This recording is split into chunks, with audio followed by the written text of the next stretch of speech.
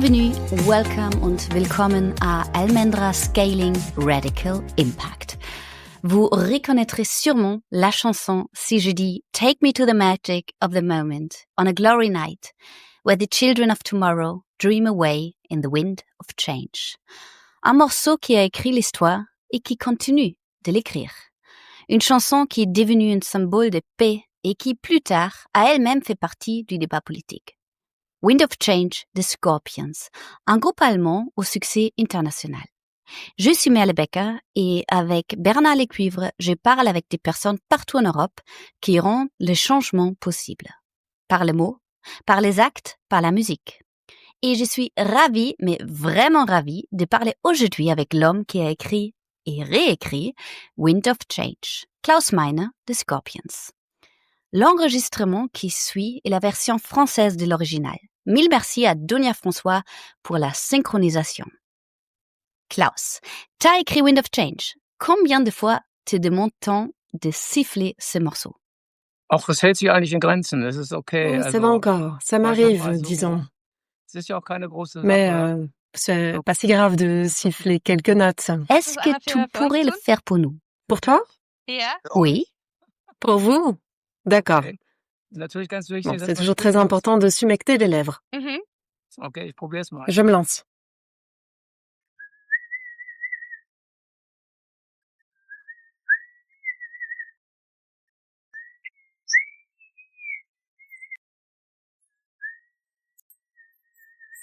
Merci, vraiment merci.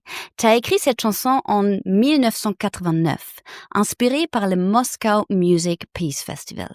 Et c'était en plein milieu d'un moment de transformation radicale, en Europe et aussi dans le monde entier. Qu'est-ce que s'est passé alors? Comment as-tu vécu cet instant? Ja Gott, das hat ja eine Vorgeschichte. Wir waren ja 1988. Alors, il faut revenir au début de l'histoire. En 1988, nous étions l'un des premiers groupes occidentaux à Leningrad, comme on l'appelait encore à l'époque. Et nos parents étaient venus avec des chars, nous venions avec des guitares. C'était nos premières expériences dans l'Union soviétique et nous voyons beaucoup de nos fans venir de très loin, de Sibérie ou d'ailleurs. Nous avons joué 10 concerts à Leningrad. C'était incroyable. Et un an plus tard, c'était le Moscow Peace Festival, où nous avions l'impression que le monde changeait sous nos yeux. Des milliers de soldats étaient déployés pour assurer la sécurité dans ce stade. Le stade était divisé en son centre, en quelque sorte, pour un meilleur contrôle. Mais quand nous sommes montés sur scène, les soldats ont jeté leurs bérets en l'air, ils ont enlevé leurs vestes, ils n'ont plus fait qu'un avec les fans. Ils ont simplement célébré la culture rock occidentale. C'était incroyable de voir ça, de vivre ça depuis la scène du stade de Leningrad. En particulier car un an plus tôt, on nous avait refusé l'accès à Moscou. On nous avait dit, plutôt que de jouer 5 concerts à Moscou et 5 à Leningrad, vous jouerez 10 concerts à Leningrad et puis on verra. Et l'enthousiasme était énorme. D'une certaine manière, avec tous les groupes présents à Moscou, Bon Jovi, Ozzy Osbourne, Motley Crue, etc., nos concerts de 88 ont en quelque sorte ouvert la voie. Nous avons ouvert une brèche. Et puis, en 89, à l'été 89 à Moscou, c'était comme un Woodstock russe. C'était un sentiment incroyable. Ce cri pour la liberté a retenti très très fort. Est-ce que tu t'attendais à l'époque à ce que la chanson devienne un tel hymne de la fin de la guerre froide? Nee, natürlich nicht. Zunächst mal war es ja nur ein Song unter Non, vielen non, bien sûr que für non. unser damalig. Tout d'abord, ce n'était qu'une chanson parmi d'autres pour notre nouvel album de l'époque, Crazy World. Et quand je suis rentrée de Moscou, j'ai intégré tout ce que nous avons vécu dans cette chanson. Verglichen mit all den anderen Bands, die aus Pour nous, Amerika kamen, par rapport à tous les autres groupes qui venaient des États-Unis, la charge émotionnelle était très différente, étant donné que la génération de nos parents était en Russie pendant la Seconde Guerre mondiale. Et puis là, c'était au tour des jeunes de venir avec leur guitare et de chanter la paix. Alors bien sûr, c'était très très émouvant.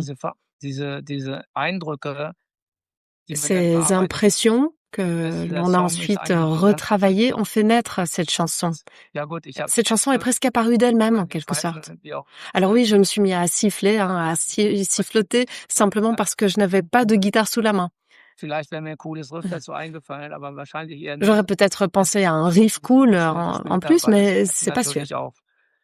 Puis il s'est avéré plus tard que le sifflement était aussi une accroche très spéciale dans cette chanson, qui avait d'ailleurs beaucoup d'autres riffs aussi, mais c'était un moment clé.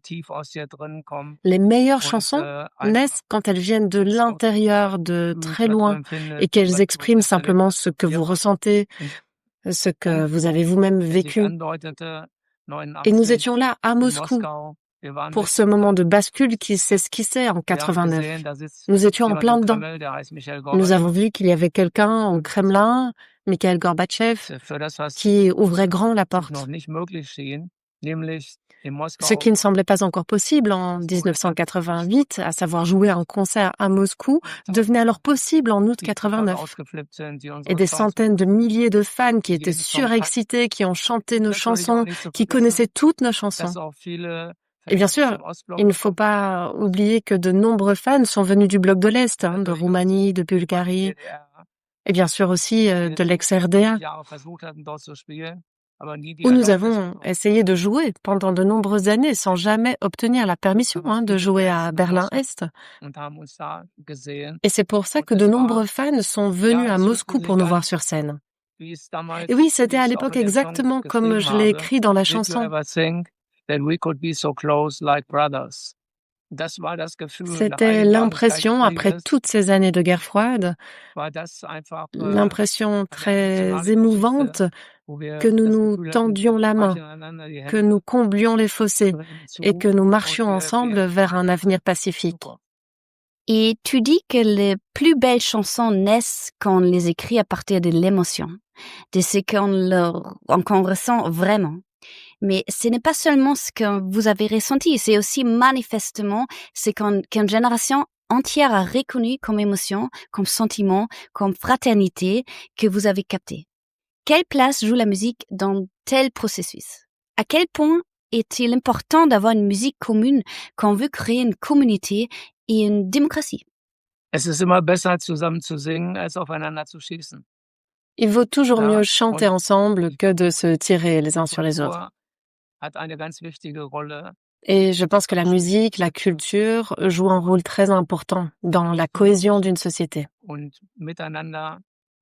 Échanger et chanter ensemble dans des concerts, ces concerts où nous sommes si proches les uns des autres, c'est, je crois, ce qui est si spécial dans la musique, ce qui donne tant d'importance à la musique et à la culture dans ces moments difficiles, où l'on a le sentiment que nous sommes séparés depuis tant d'années et qu'il est très difficile de se rapprocher les uns des autres pour trouver un dénominateur commun. Mais quand c'est de la musique, quand c'est un concert, les musiciens sont sur scène, les fans sont devant la scène, ils chantent ensemble et on ne peut pas se sentir beaucoup plus proche qu'à ce moment-là.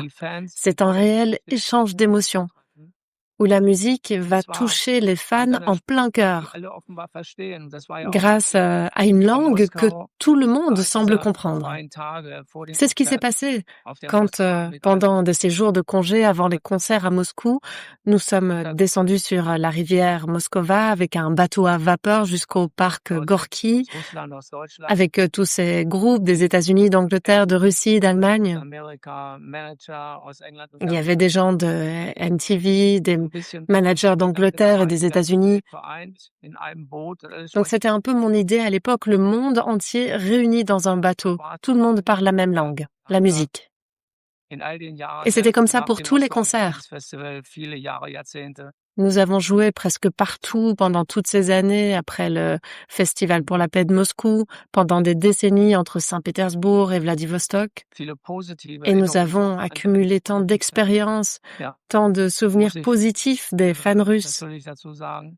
Oui, bien sûr. Je dois aussi ajouter que depuis 2022, beaucoup de choses ont changé. Le monde a été bouleversé. Et toutes les réflexions de l'époque, qui étaient tellement tournées vers l'avenir, un avenir pacifique, se sont inversées. On a fait machine arrière. Exactement, vous avez réécrit la chanson. Cela veut dire que cette situation dont tu parlais, I Follow the Moscow Down to Gorky Park, vous ne les chantez plus en live, c'est bien ça? Ja, das war 2022, Oui, c'était en 2022, peu après l'invasion de l'Ukraine par la Russie. Nous étions à Las Vegas, nous venions de commencer une nouvelle tournée et nous avons réfléchi à notre set, aux chansons que nous voulions encore chanter ou plus, et à Wind of Change aussi. Nous nous sommes demandé à ce moment-là si nous pouvions encore jouer cette chanson avec ces lignes glorifiant la Russie. I follow the Moscow down the Gorky Park, let your balalaka sing what my guitar wants to say. Pouvions-nous encore chanter cela alors que nous voyons tous les soirs aux nouvelles la gravité de ce qui se passe en Ukraine?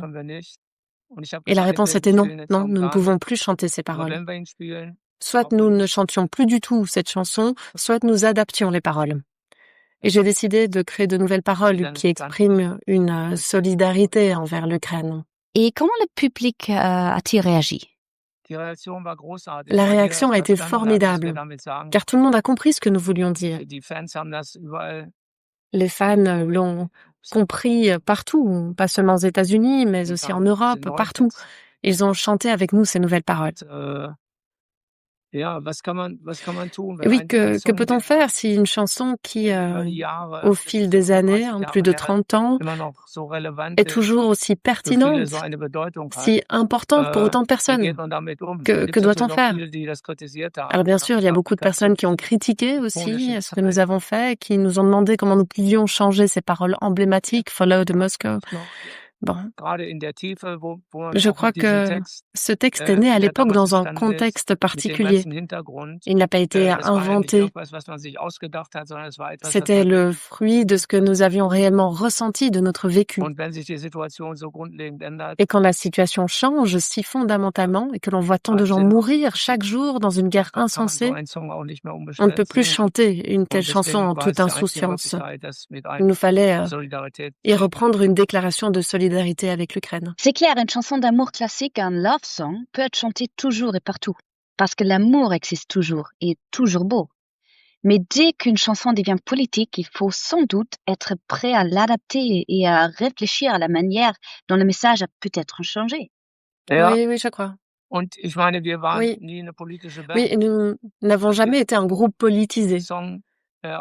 Nous avons juste lancé une chanson très politique qui a fait le tour du monde et qui maintenant, l'année dernière, je crois, a franchi le cap d'1 milliard de clics sur YouTube, ce qui est très rare pour une chanson en provenance d'Europe.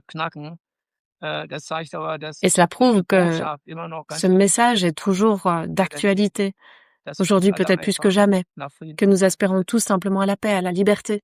Tu viens de dire que vous n'êtes pas un groupe politique et que vous avez été surpris d'avoir un morceau aussi politique. Est-ce que vous avez l'idée de dire « Oh, c'était un succès, faisons un autre morceau politique » ? Non, nous ne l'avons pas fait. Parce que ça serait franchement bidon de se dire ce format a marché, réutilisons le filon. Non, ça ne marche pas comme ça. Mais ce qui est intéressant, c'est qu'avant Wind of Change, en 1984, il y avait une chanson sur l'album Love at First Sting qui s'appelait Crossfire et qui parlait d'être au milieu des blocs de l'Est et de l'Ouest en espérant que la paix soit préservée et qu'à un moment donné, le mur tombe vraiment. Et tous ces sujets m'occupent depuis le milieu des années 80. Et cette chanson Crossfire, d'ailleurs, si l'on y regarde bien, c'est aussi une chanson très politique. Eh bien, nous l'avons maintenant sur la tournée Love at First Sting qui dure depuis 40 ans. Nous l'avons jouée en direct pour la toute première fois. Elle était très bien accueillie car elle s'inscrit à nouveau dans l'air du temps. Je crois en tout cas qu'on ne peut pas planifier ce genre de choses. Nous avons toujours écrit des chansons à partir de nos impressions, les impressions de nos tournées aux États-Unis à l'époque, par exemple, avec des chansons comme The Zoo ou Blackout et beaucoup d'autres chansons rock, Rock You Like a Hurricane, bien sûr, qui résument ce sentiment rock'n'roll des années 80 et qui est devenu un grand classique. Mais c'était précisément cette histoire avec la Russie, avec l'Union soviétique, où nous nous étions rendus comme l'un des premiers groupes occidentaux. C'est ça qui nous a tant touchés, émus. Et c'est très logiquement que cette chanson a vu le jour ensuite. Et maintenant, j'aimerais poser une question un peu provocante peut-être. Est-ce que c'est pas toujours, d'une certaine manière, politique quand on écrit des textes et de la musique pour un large public? J'entends aussi chez toi que ce n'était pas le seul morceau, qu'il y a plusieurs, que tu es manifestement quelqu'un qui pense politiquement et que tout ce que l'on crée artistiquement, est-ce que c'est pas à quelque part toujours politique? Oui, on finit par prendre un camp au travers d'un message artistique à un moment donné. Et ce n'est pas si facile. Je veux dire, un groupe, ce n'est pas un seul artiste qui écrit, qui sort une chanson, qui exprime son opinion, non. C'est toujours un groupe. Dans notre cas, c'était 5 musiciens qui ont également leur mot à dire et qui doivent s'unir au mouvement. Quand on prend une telle décision, celle d'adapter les paroles et de chanter la chanson avec un nouveau texte, eh bien, ça ne tient pas qu'à moi. C'est tout le groupe qui doit se ranger derrière cette décision. Et pour un groupe qui ne se sent pas tellement politique, qui est plutôt rock'n'roll, c'était justement un grand pas de dire, bon, Klaus, nous revendiquons la dimension politique d'une nouvelle chanson, comme c'était le cas à l'époque. Et il est vrai que cette chanson a un jour porté le manteau de l'histoire. C'est quelque chose qu'on ne peut pas planifier. Même le meilleur marketing n'y arriverait pas. Ça peut pas non plus être réitéré. Tu m'as dit que on devait souvent me demander si je pouvais siffler cette mélodie. On me demande aussi souvent si je ne pourrais pas réécrire une chanson comme celle-là. Et la réponse est claire, non, c'est impossible. Et je ne voudrais pas non plus le faire. On le voit. Nous avons fait beaucoup de concerts dans le monde entier cette année. La chanson est toujours très, très populaire. Ce message de paix touche particulièrement la jeune génération. Nous avons le privilège de jouer pour 3 générations. Et les jeunes sont nombreux à découvrir le groupe pour la première fois. Ils entendent cette musique, ces chansons pour la première fois. On voit pendant les concerts à quel point c'est émouvant. Tout le monde sait de quoi il s'agit, à quel point nous avons besoin de perspective et d'espoir. À quel point nous avons besoin de cet espoir d'une époque, espérons-le, pacifique. Très intéressant. Tu as écrit ce morceau au moment où tu sentais que le changement positif était possible. Et maintenant, la chanson retrouve de l'importance alors que, en principe, c'est l'inverse qui se passe. Nous avons vu que tout peut aussi redevenir pire.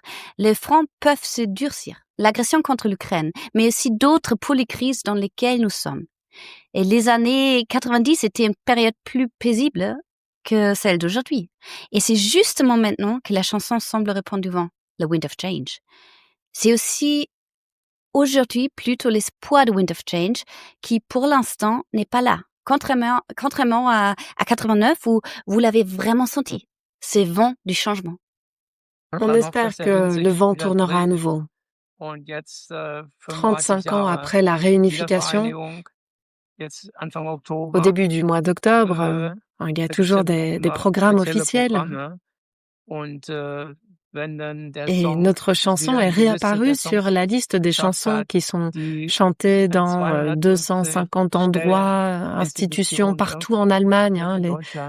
Les citoyens qui se rencontrent sur les places de marché, dans les églises et qui chantent des grands classiques, dont Wind of Change.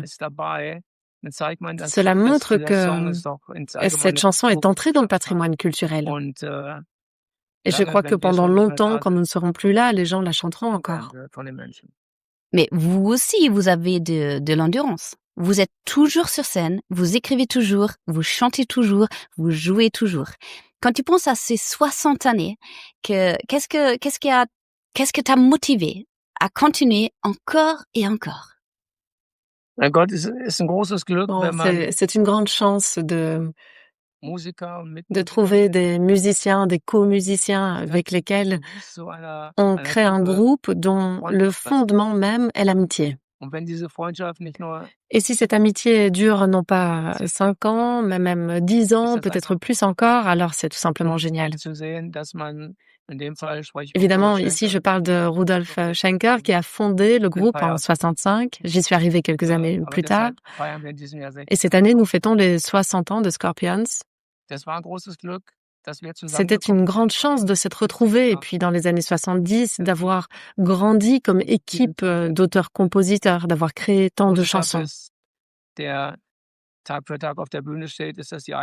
Quand on est musicien, monter sur scène jour après jour, c'est l'une des facettes. L'autre facette, c'est qu'en tant qu'être humain créatif, on veut s'exprimer. Et si vous avez un partenaire aussi fort qui a écrit de si belles mélodies comme Still Loving You ou Rock You Like a Hurricane, ça représente aussi un défi entre nous, mais c'est plutôt une concurrence positive qui a vu le jour au fil des ans et qui fonctionne toujours. Et c'est ça le plus important, je pense, c'est de continuer à s'amuser. Nous avions, bien sûr, ce rêve d'accéder à une scène mondiale, et même si certains n'y croyaient pas, eh bien, nous y sommes parvenus. Nous avons réalisé ce rêve et très vite, nous sommes partis dans les pays voisins. Nous avons joué au Benelux et bien sûr souvent chez vous aussi à Bruxelles, à Forêt Nationale, avec beaucoup de beaux souvenirs. Et nous nous sommes toujours fixés des objectifs de plus en plus ambitieux. En 78, nous sommes allés au Japon, peu de temps après aux États-Unis, avec de grands succès là-bas dans les années 80. Alors qu'en Allemagne, c'était la Neue Deutsche Welle qui avait beaucoup de succès, nous affichions complet au Madison Square Garden à New York. C'est une carrière extraordinaire. C'est peut-être l'une des raisons pour lesquelles ce groupe a duré dans le temps. Le moteur reste la musique, la passion pour la musique. Ce qui nous a inspirés au début des années 60, les Beatles, les Stones, les Who, les Kings, Led Zeppelin, tous ces grands groupes nous ont inspirés à l'époque. Et puis nous avons finalement trouvé notre propre ADN des Scorpions qui perdure aujourd'hui encore. Et quand on joue à l'international, eh bien, l'année s'écoule très vite et les agents se bousculent pour nous proposer de jouer à nouveau ici ou là en 2026. Et personne dans le groupe ne se dit « Ah bon, c'est tout pour moi, tournons la page ». Alors bien sûr, nous avons bien moins d'années devant nous que derrière, ça c'est clair. Et nous finirons par nous arrêter. Mais pour l'instant, nous sommes encore curieux de savoir où le chemin nous mènera et ce que la vie musicale nous apportera encore. Nous en profitons tout simplement et nous apprécions chaque jour que nous jouons en concert.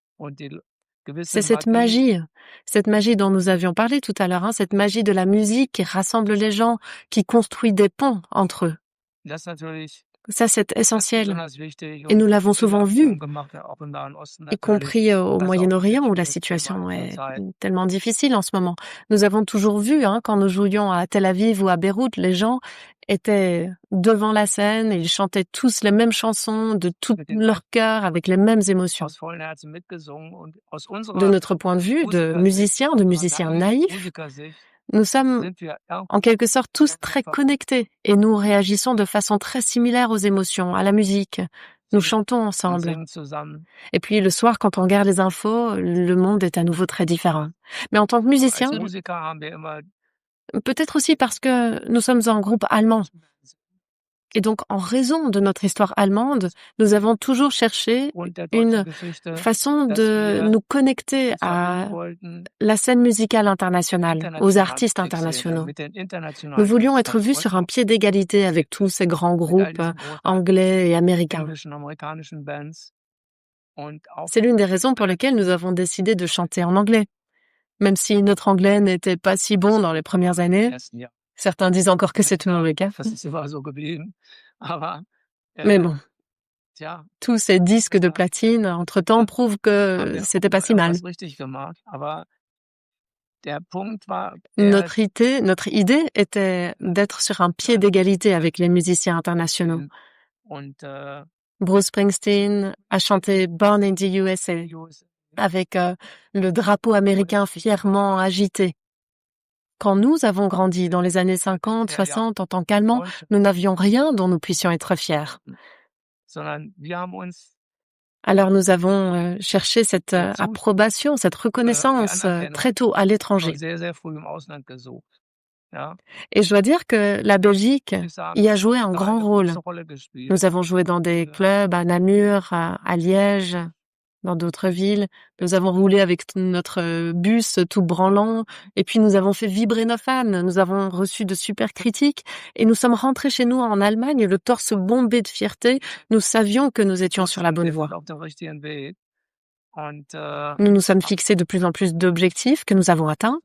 Et si on regarde ces 60 dernières années, alors qu'on fête les 60 ans des Scorpions, on prend conscience de tout cela. C'est très bien, parfois aussi, de voir d'où on est parti et à quel point c'était difficile. Et même avec tous les changements de musiciens dans les années 70, le noyau qui compose le groupe est finalement resté aujourd'hui encore.